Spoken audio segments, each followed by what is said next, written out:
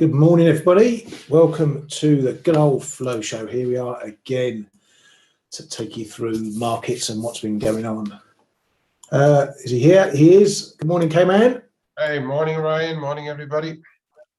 How you doing, mate? You okay? Yeah, we're good. We're good. We're surviving. horror movies, and yeah, waiting for for what's to come or not. Well, we don't know. Always waiting. Always waiting. Right, let's get right into it. What isn't waiting is Chinese data, which you can take this for what it is, as you will. GDP numbers looking pretty strong, quarter on quarter, beating expectations, coming in 1.3%, year on year, beating expectations as well, 4.9%. Industrial production better, retail sales better. Everywhere you look, it's better data. Unemployment there as well. So all looking rosy in China. Apparently we can all forget about the problems over there. As mentioned, take the data as you like. It is what it is. The numbers are the numbers, whether you believe them or not. That's what they are. So looking a bit positive, bit of a bounce there.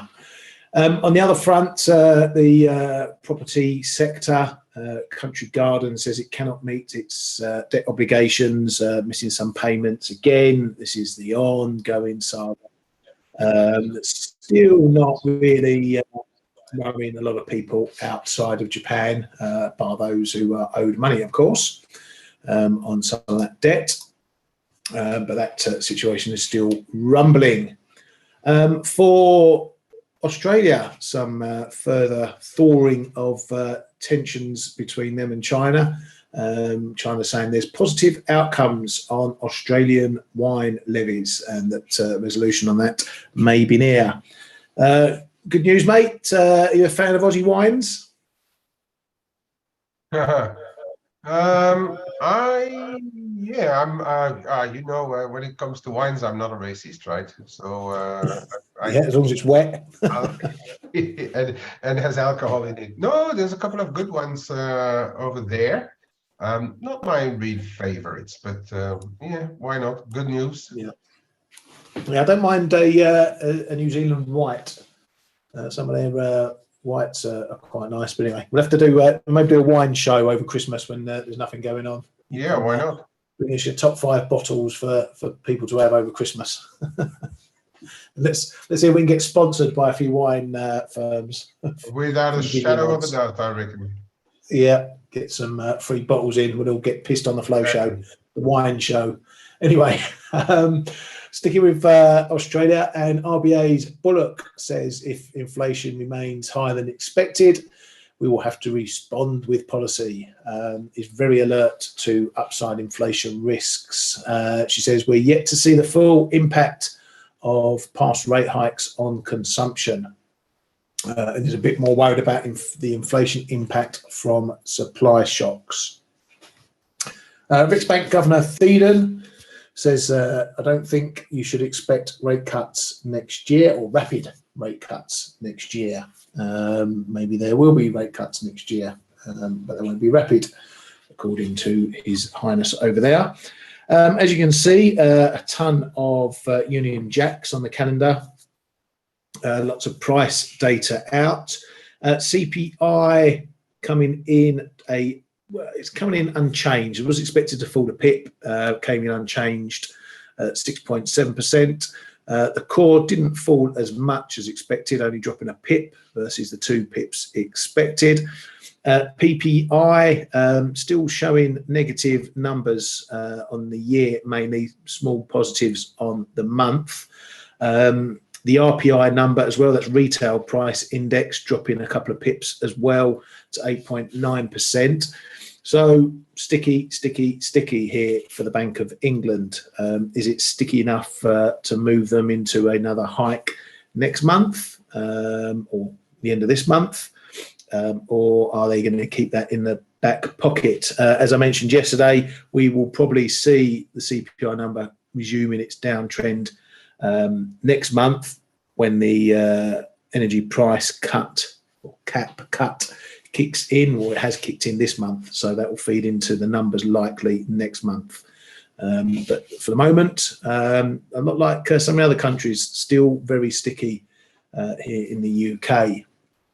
ECB's Holtzman says we're not out the woods yet on inflation, and that payments on bank reserves are a huge problem. This is something they've been talking about on and off recently, because there is a lot of money parked up at the ECB, and obviously with the rates rising, they're shelling out a lot of money.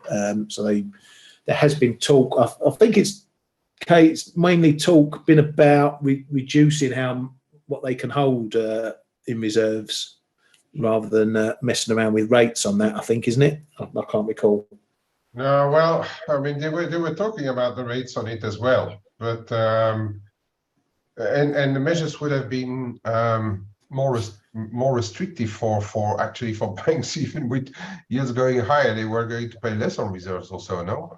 Yeah, and there was tiering, or the tiering as well. There's always this tiering, and it's quite unclear if one doesn't have his nose on exactly what's going on there. And forgive me for not having followed the whole of that episode, but I really don't know about that one, to be honest. Yeah, I think it's a case.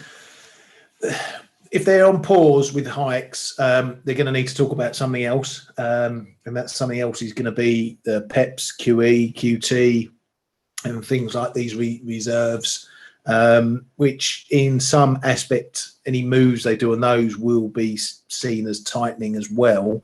It's just the scale of it. So that's likely to be the next sort of hawkish news, if any, we get from the ECB, as opposed to whatever chat there is on rates. So just to be aware, if the euro's going to strengthen on something, it's going to be, increasing QT and tinkering around with things like reserves. Not that it should be a huge mover for the euro, but it all depends on how they spin it and how the market takes it, of course. ECB's Stornoas says the Middle East crisis is casting a shadow over the next ECB meeting, making an excuse as to that situation should keep them on pause. ECB's Visco says closely monitoring the situations of weakness and vulnerability in some less significant Italian banks. So potentially some stresses showing up there. As we know, Italian yields have been pushing higher on the debt deficit and all that financial stuff going on in Italy, some pressures there. Right, coming back to the data and yesterday's US data and Canadian data. We'll start with the US. Retail sales, pretty strong, 0.6%. In the headline, core sales 0.7% in the headline. The control group core sales 0.6% as well. Take away gas and autos 0.6%. Loving a 0.6% over there yesterday. Very solid numbers for the retail. So still no signs that there's any real problems kicking in. We are going to enter the all-important holiday period. That's going to be the November and December. So are we seeing a last minute splurge, or are we waiting and building up to a big spend over Thanksgiving, Black Friday, Christmas and all that sort of stuff? When we move into that, you have to take those 2 months really together, because it can be a bit funky. A lot of spending done on Black Friday, sometimes then it dissipates into December. That sort of thing. But for now, solid numbers, more soft landing numbers for the US. Over in Canada, it looks like a hike might have been averted by the CPI data over there. Headline CPI coming in lower at 3.8%, was expected to stay unchanged at 4%. The million different ways of calculating a core number also all coming in lower. The BOC core, which is one I usually stick to, came in at 2.8% versus 3.3% prior. So decent drop there on that number. Even month on month, the numbers are coming in softer. So maybe a huge sigh of relief for Macklem over at the Bank of Canada, because he was opening the door to a hike. But this data probably, I would say, swings it to keep them sitting on their hands at the next meeting coming up. So my thoughts of maybe getting a more hawkish twist at the BOC looks to be out the window for now. That's trading for you. What did you make of it, Kay? Probably back to back to a halt. And you know what, hawkish, yes, I agree. Yeah, the Bank of Canada was hawkish. By the way, as an on an aside, I think Bullock is finally confirming what we thought about her as well. Compared to Lowe, she is a bit more hawkish as well, right? Yeah, we've seen that overnight. No, but coming back to Canada, I do think though that in all central banks' minds, and I'm talking about the majors. I'm not talking about like emerging markets also, which can be completely different one from the other. But in the majors, I think that extra hikes are going to be well, for nearly certain the last ones, but also seems like a bit of a forced thing to do just to combat the bad inflation, and not necessarily going to be helping a currency per se. yeah, And we've started to see the opposite as well.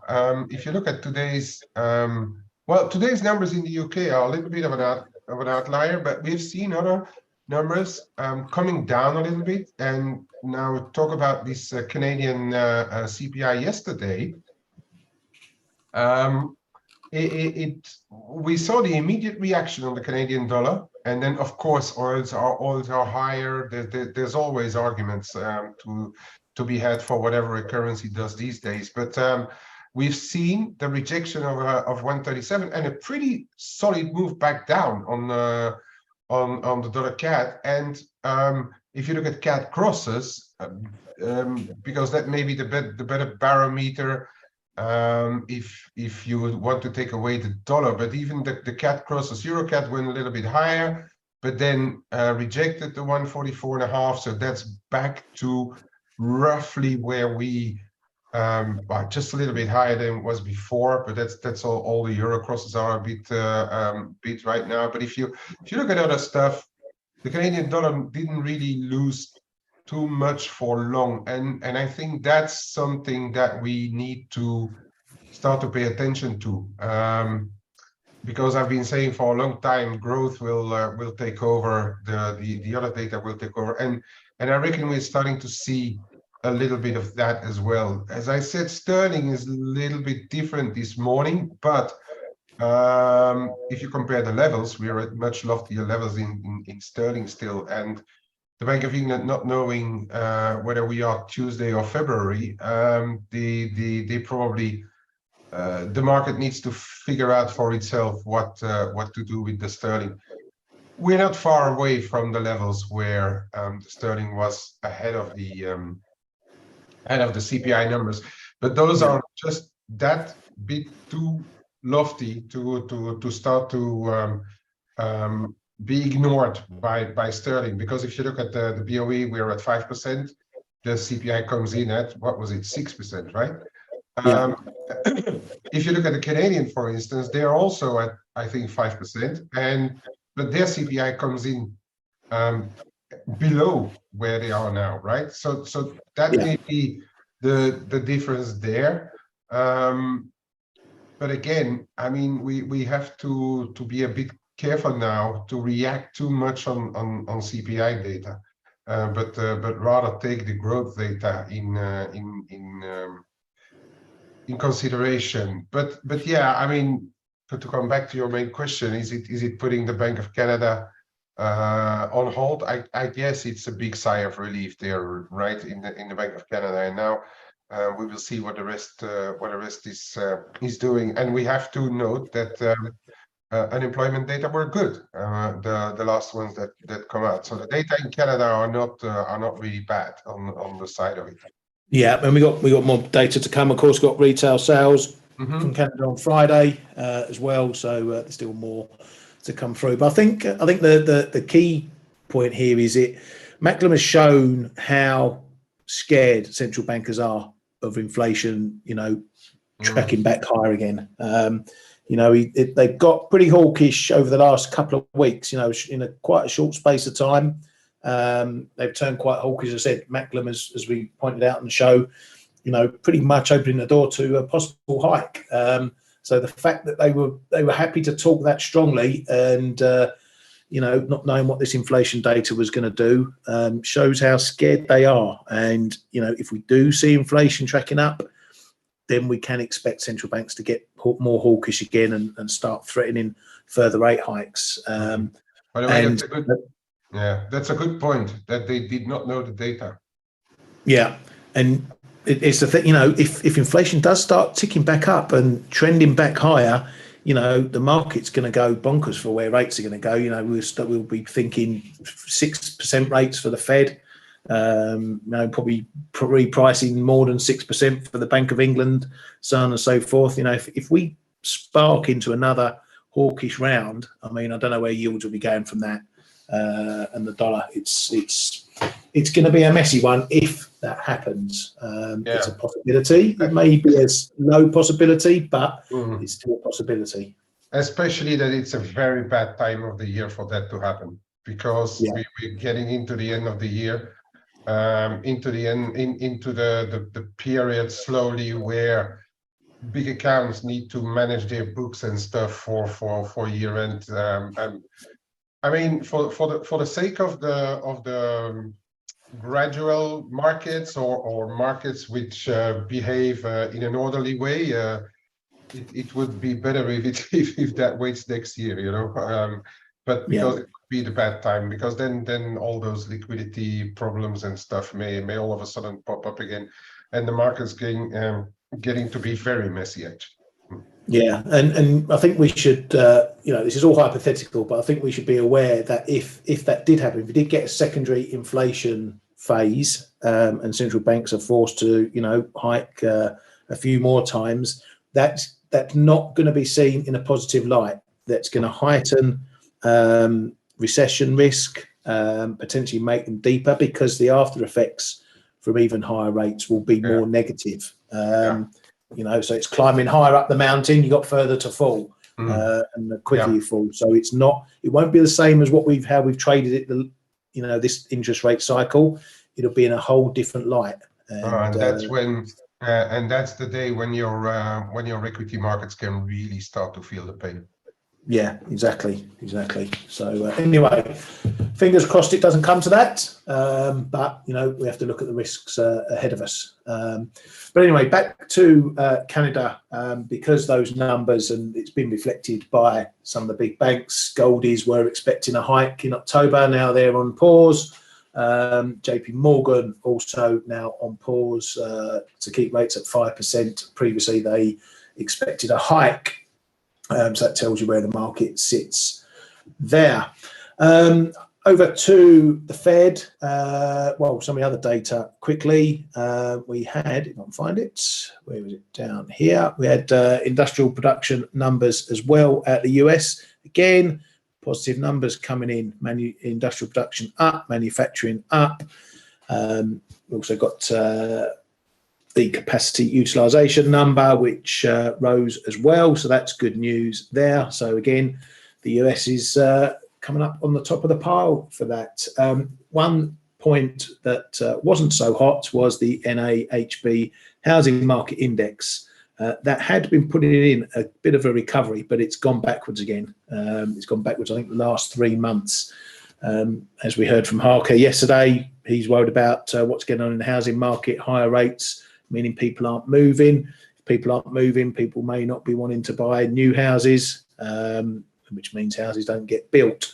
So this is all feeding through. We'll have to see whether any of that is impacting the housing data that we shall start to get soon from the US. Not much really at the Fed heads. Fed barking says the Fed has time to see data before making the next rate move call. The path for inflation is not clear, but sees clear progress. Right, coming into some of the other headlines. We saw the Laggard becoming an oil trader yesterday, which seems the Russian central bank is also dipping its toe into oil because it's commenting on OPEC Plus and says that they will discuss a possible oil output increase in early 2024 in the event of the global oil deficit worsening. So they're getting their oar into oil as well. Staying with energy, China has told its gas suppliers to fill its storage tanks ahead of winter. Maybe that's they see something we don't. Right, going into the Middle East stuff. Lots going on, obviously. That bombing of the hospital in Gaza, not good news on any front. It's ticked up risk, but we're not seeing that in FX really.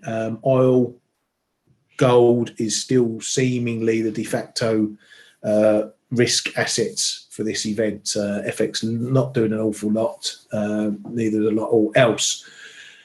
What has stepped up is we got the cancellation of the summit in Jordan that Biden was supposed to attend to discuss all this. That got as I say, cancelled. One of the reasons was that the Palestinian leader, Abbas, I think his name is, couldn't attend because now they're in the 3 days of mourning. So it might just be a temporary pause. Obviously, Biden is in Israel right now. What I think is the next risk potentially building is Hezbollah, because Hamas put out, or via Politico, said that it is closely coordinating the war's next move with Hezbollah in Lebanon. The White House last night said it discussed a US military response if Hezbollah attacks Israel. So I think this is the next flashpoint. If Hezbollah get involved with Hamas, the US and others have warned against it because that drags in Iran and so on and so forth. So, you know, that's causing a bit of a bit more risk off in some of the assets, particularly like oil. So that's the area we need to keep an eye on. It's still bubbling away, as you can see. Oil still well bid, had a little pop overnight, moved up again this morning. Gold as well, so another little move up. Just maybe we're starting to see a bit of movement in FX at the moment. The dollar looking a little bit stronger. Been looking at euro dollar. It's coming a bit shorter. Hadn't been doing much all morning, waffling around this sort of 70-80 mark, but now it's just edging lower again. Cable as well, edging lower. But as I said, not an awful lot going on in FX, is there, Kay, at the moment? Is that just, it's never a good sign when FX is the stable asset and bond yields are a volatile asset. Yeah, exactly what we've been talking about in the room yesterday. Well, I mean, I know some of the people and you as well have been counter trading some of those dollar moves with some success. I was the other side, and then yesterday we had this discussion. And by the way, guys, I mean, if for those who are viewing here but not part of our community, it's really it's one of the best communities to just have discussions with other people about what's going on and why currencies are moving or perhaps not moving. And yesterday was this kind of discussion, right, where we get better US data, you get more geopolitical risk, you get higher US yields, you get flight into safe havens, and the dollar, at least, showed signs of this safe haven again to be part of it. And so last Friday, while I was off, we had this relatively decent move into the dollar, and then we've spent yesterday and the day before just correcting or trading sideways. But even with geopolitical risk being high, and even with those better retail sales, the dollar failed to get a beat. So there's a bit of a decorrelation going on. Could be just temporary, okay? But there's a bit of decorrelation going on between what's happening in risk in certain instruments and what's happening in the FX market. And that's always, I'm not going to say a worrying sign, but it could be a sign that people just don't know what to do. Or, and as I was also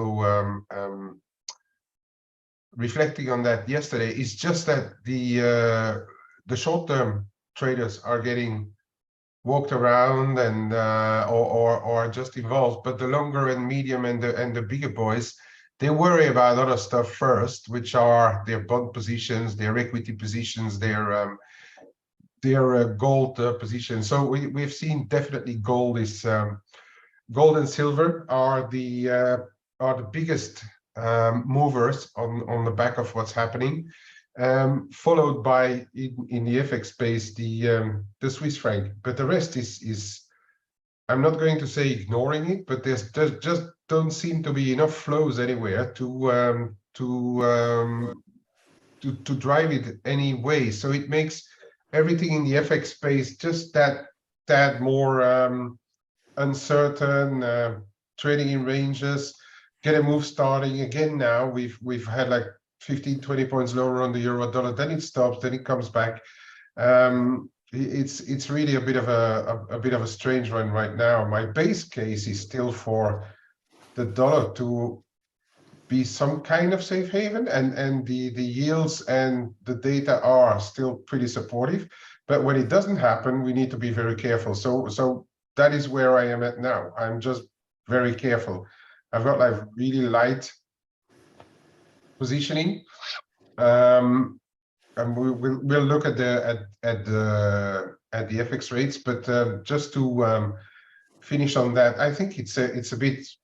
We could argue it's a bit strange what's happening right now, but it may also be a sign just that that the big boys are not really too involved, or the flows are just not big enough to change anything. The other possibility, but we haven't really seen any big changes in option volatilities. There's too many options in the area, but if we look at vols, it's not really, they have ticked up just that little bit, but it's not really anywhere. We're not in panic zone yet either. So it's all a bit, well, strange on the surface. It does point to potentially, we had those moves on Friday, but bonds finding a bid, and the moves into gold and the moves into, or an exit of risk, shall we say. And it is smelling more and more like money's just sitting on the sidelines waiting. No one wants to commit anything. And if you take those flows out of the picture, you remove a lot of why markets move. So it could just be that, which means that if things get resolved, if there's peaceful outcomes and so on and so forth, that money's going to come rushing back in. So you have to be prepared. You get some good headlines, you're going to see risk trades really taking off again, and money moving back and going back to work. And the other thing we have to note is that the yen is completely ignoring the geopolitical risk. I mean, I think this is the historically seen. And okay, we have been seeing similar after the Ukraine situation. It looks as if the yen is really on a different different situation compared to what we historically would have seen. I mean, if there's very big geopolitical risk, and we can hardly say there is no geopolitical risk. It's everywhere, and it's brewing some stuff is brewing in Asia as well. So I mean, there is geopolitical risk, but the yen is just not following anything at all. That is just on its own. Interest rate differentials, the uncertainty about Bank of Japan, more stimulus, and then the MOF, what are they doing? And it's very strange, because in in former markets, the yen would have probably been trading 5 or 6% stronger, and it just doesn't. That's one that we need to note as well. So all of that is a hint that we cannot really, as I said, apart from gold, apart from oil, we cannot really bank on too much historical correlations to start trading, and that's what likely holding the FX in ranges as well right now. Yeah, and there's a lot of quite surprising or strange things going on. If you look at the Chinese data being well, massaged for sure, but still showing green across the board. Dollar yuan had what? That is 732 down to 730 and a half is 0.2% move. We have to put everything in context. That's like if your euro dollar would go from 105.80 to 105.60. And it's not more than that, and we are already back to levels where we were yesterday. It's quite kind of surprising, right? Yeah. Okay, I know that there's this meeting going on in Asia and the Belt and Road thing and the uncertainty surrounding with Putin and stuff, but that should not explain everything. If you have good data, your currency should react more than just for 15 minutes, right? Yeah, exactly. Again, it shows a lack of willingness, a lack of, people sitting on the sidelines, not really wanting to, take any big risks, take any big trades, protect your account, protect your investments, and wait until the situation calms down. But there's still, yeah, go on, mate. That's valid for us, right? It does not explain, because I mean we are okay at best of times 5-7% of the market. Okay, in equities, those 0-day whatever, they can be bigger than that. But let's face it, we are give and take 5% of the market. There's 95% of the market going on outside of us.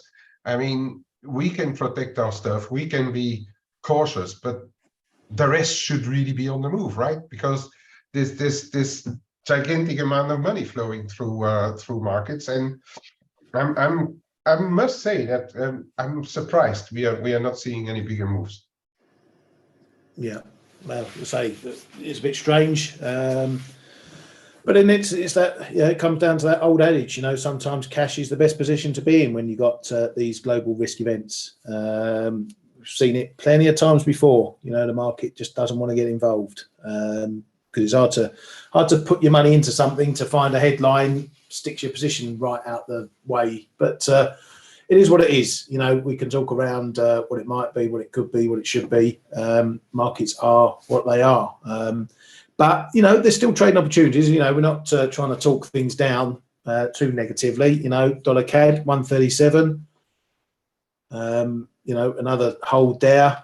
Now it's messing around down below. We need to see what happens here. We're going to get some downside moves. Oil now bidding up a bit again this morning. Should keep CAD on the front foot, but it's matched off against a potential risk run to the dollar. So you've got to look at who's pulling and pushing the most at any one time. But for now, this one's looking a bit rangy. Again, you want to take the dollar out of the situation. Looking at euro sterling. Euro sterling's a bit stronger. Looking like we might have got another move up to test that 87. Can't even get over 90s. And now we're just sagging a bit at the moment. The euro's falling more than cable is. That's pretty much what's doing it. That sticky inflation data, keeping the pound a little bit bid because on the rate expectations for the next BOE, but we're still in very tight ranges, and it's the situation in a lot of pairs. Aussie dollar just coming off the highs, looking like it was going to put in a run at the 64, and now we're just easing off a bit. So you really just got to, you got to try and pick your poison, pick your levels, but still. You shouldn't be getting into any huge trades. Keep your risk light, manageable, flexible. Kiwi, we spoke about this. It's still just rolling around the floor, really. Not ready to pick itself up. as some of the other pairs are versus the dollar. So it's all a bit make or break down here still. But if it keeps holding, it builds a case to see a push back up. If you get a nice solid line of support, then it gives you something to lean against. Kay, you got a couple you want to look at? Short and sweet. Yeah, let's look at those who have you looked at oil? Because I was just busy on something else. Oil only just earlier. Okay. Just to highlight the move. Okay, let me just this one because it's one of the biggest movers, right? On what we've seen lately, and as duly noted by FT in our community, we have and we are today breaking above the daily cloud in gold. That lies around 1936 today. As you can see, we also had a bit of the 50% of the prior move lies around there, and we also broke above successive trendline resistances. So gold is still the favorite instrument to show what's going on when market is really going for risk off rather than on FX. We're also above the 200 DMA, which is around 1930. So this 1930 is now your first level to look at. We can correct, you know. I mean, we're never too far away from a headline that will get the market to correct a bit. But then look at what's waiting here, the 1905. This is really going to be your first point of measurement. I think the market will, okay, some really short-termers may get out if we get back below, if we get back below the 200 DMA. But really, I reckon the level to take into account now is 1900. If it goes back below 1900, then I think that the stress will move out, meaning that the stress is moving out a little bit out of the markets, and then we can start to talk about a deeper correction. But for as long as 1900 holds, I think it's really it is really going it's really very big still. Okay, so that is going to be my big point of measure in gold. I could show you a lot of yen crosses today, but we were talking about yen not following the risk of or any geopolitical moves. And I've been looking at this red line here. It looks like a bit of a red line. Every time we start to stray away from it, it comes back like a magnet. We have that in certain currencies, and this is your magnet in the dollar yen, and we are moving along this line. And we are gradually moving towards the 150 again. We've seen prior moves cap out, and again today struggling around 149.80, 85. Are the submarines out there to try and defend the 150? Very possible. But in the meantime, we can only note that barring those blips, which are really, let's face it, accidents, especially those two here. We are holding and moving along this trend line. So keep this one in mind for when we start to get below and stay below, perhaps on a daily close or so. That could be a little bit more significant. But in the meantime, it's a very slow grind higher. And I wouldn't be surprised that unless those US yields come off, that we do get that try again above 150. And then we will see. If it starts to hold this 150, this past high here, there's not a lot before 151. I'm not even, well, cable is same as yesterday, euro dollar same as yesterday, but we are still in this channel sort of. Now this is quite steep, okay? So there is every possibility it moves out sideways. So to me, the real my zone of getting nervous really nervous with euro shorts is here, 106.35.50 still. If that starts to go, then I think we could move higher. Until then, probably trade ranges, but we have to admit that since the beginning of October, and we found this first low, then a second one, and the third one doesn't even go down to that prior low, that we are in this situation where we spoke about a few minutes ago, is that the market is reluctant to really buy too many dollars, especially versus the euro right now. And it could be just a lack of flows, but it could also mean that, as Ryan said, if we get any better lines, that all of a sudden the market goes like, well, perhaps I don't want to be long dollars, and really start to take the other way here. That's really for the main ones. There's one that I'm keeping an eye on. Well, two. Well, no, I'm keeping an eye on a lot of stuff, as you know. But there's one I'm keeping an eye on, and linked to gold. Dollar rand. We had the move in the dollar rand on the back of what's happening in gold, because South Africa is still a gold producer, but forces to admit that over the past 20 or so cent in gold, we are starting to find bottoms here, and that's again in that same zone as where we were before, around these high 1860s to 1870. We're starting to find the bottom here. As a matter of fact, I was trying to buy a dip this morning, and again it's starting already to go to the other way around. But I mean, this is one that I'm keeping an eye on right now in the emerging market sphere. This dollar rand, if it stops going down, this is one that's probably going to go sooner or later back to the other side. Whether it be on more geopolitical risk, on weaker China, on a calming down of the situation in the Middle East, possibly. But to me, the rand is far not out of the woods.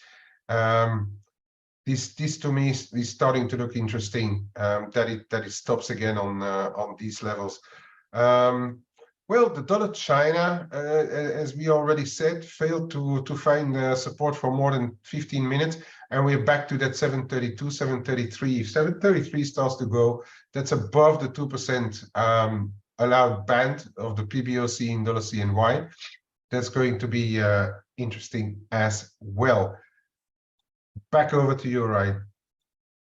Thank you very much, mate. I know Kay mentioned about what we get up to in the chat room here and on the platform.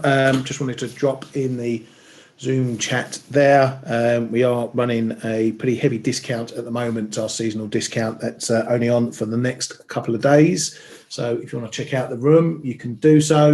You can grab the old trial 10 days for $1 on that as well. Right, for the rest, all we've got really today, we've got some housing data coming from the US, starts and permits coming up later on top of the NBA stuff. So that's going to give us our data boost this afternoon. Stay careful of these geopolitical headlines. It doesn't take much to send things one way or another. So protect yourselves and your trading.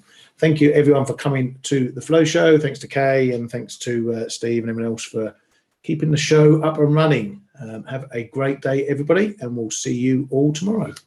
Hey traders, this is Blake Morrow with ForexAnalytix. Thanks for stopping by our YouTube channel. Don't forget to like these videos, share them, and subscribe to our channel so you don't miss any of the content that we provide here for free. Thanks for stopping by. I'll see you in the next video.